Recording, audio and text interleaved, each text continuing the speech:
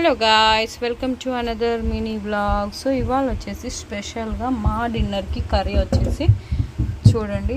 అంటే మనకు పచ్చి వెజిటేబుల్స్ లేని వాళ్ళకి, యూఎస్లో ఉన్న వాళ్ళకి నేను ఎస్పెషల్గా ఇది యూజ్ అవుతుందని చెప్తున్నానండి.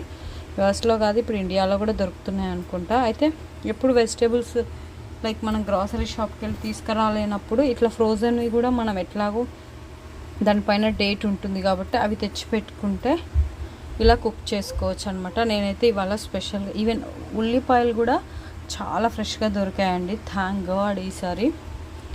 అండ్ ఇవి తెలుసు కదా, ఆ కాకరకాయలు, బొంత కాకరకాయలు, బోడ కాకరకాయలు, సమ్వేర్ ఒక్కొక్క ఏరియాలో ఒక్కో మాట మాట్లాడతారు. ఇది చాలాసార్లు చెప్పాను, ఇప్పుడు కూడా చెప్తున్నాను మీ అందరికీ. ఇవంటే నాకు చాలా ఇష్టం అండి.